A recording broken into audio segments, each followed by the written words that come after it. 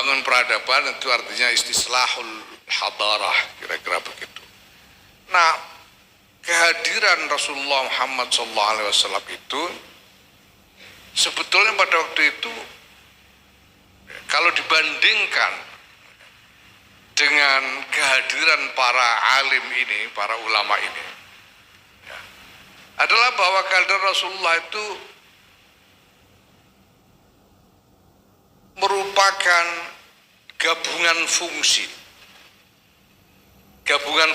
antara walil ilmi, jadi bukan wali tapi wali, antara walil ilmi,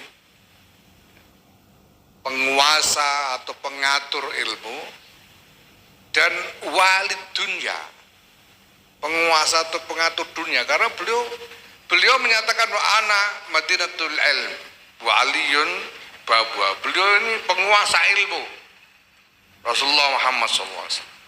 Tapi beliau juga walid dunya karena beliau mengatur kehidupan masyarakat secara langsung.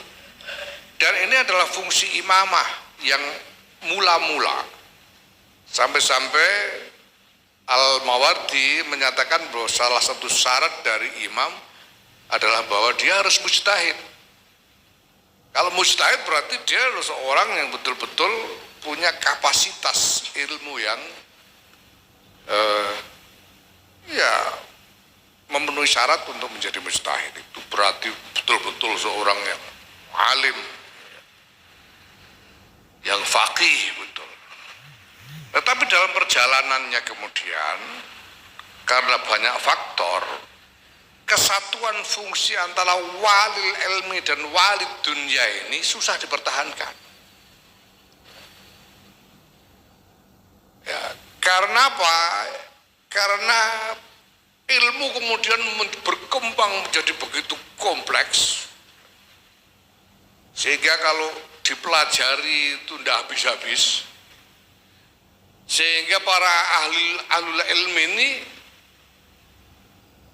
nggak sempat ngurusi dunia lagi karena waktunya habis buat ngurusi ilmu, buat belajar dan berkhidmah kepada ilmu.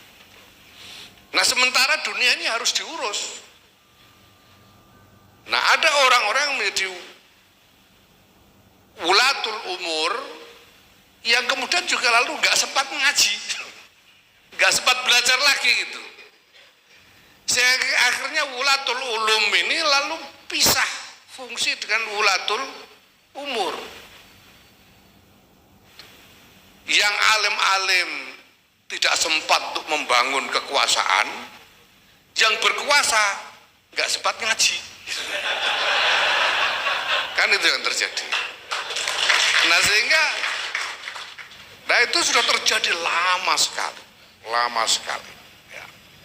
Nah, sementara banyak masalah yang menyangkut masalihur ra'iyah ini membutuhkan pemikiran-pemikiran yang betul-betul bisa secara efektif menjadi jawaban persoalan seperti disampaikan oleh Yusuf tadi.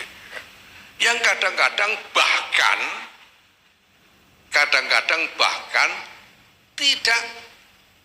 belum ada dalam khazanah ilmu yang ada sebelumnya.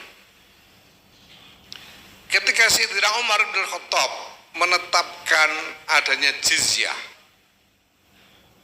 dan mengembalikan tanah-tanah yang dikuasai sebagai hasil kemenangan dalam pertempuran kepada pemiliknya dan mengganti pembagian tanah kepada para pasukan muslim ini dengan gaji dari jizyah, ini sesuatu yang baru sama sekali.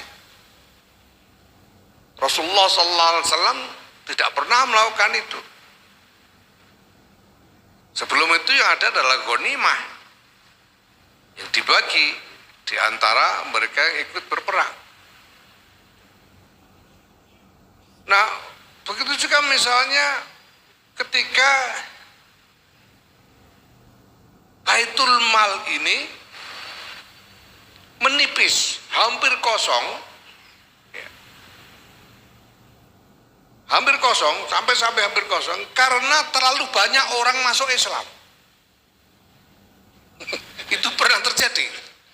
Kenapa? Karena zakat itu harus dibagi kepada asnaf, tidak boleh dijadikan dana untuk mengelola pemerintahan, nggak boleh, harus dikembalikan langsung dibagi kepada asnaf zakat itu. Ya.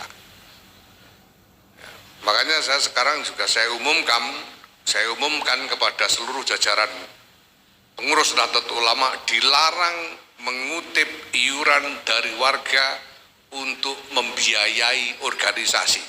Haram, saya bilang. Lalu biaya organisasi dari mana? Ya cari sendiri, cari akal sendiri pengurusnya gitu. Kalau tidak bisa cari akal, berhenti aja, saya bilang.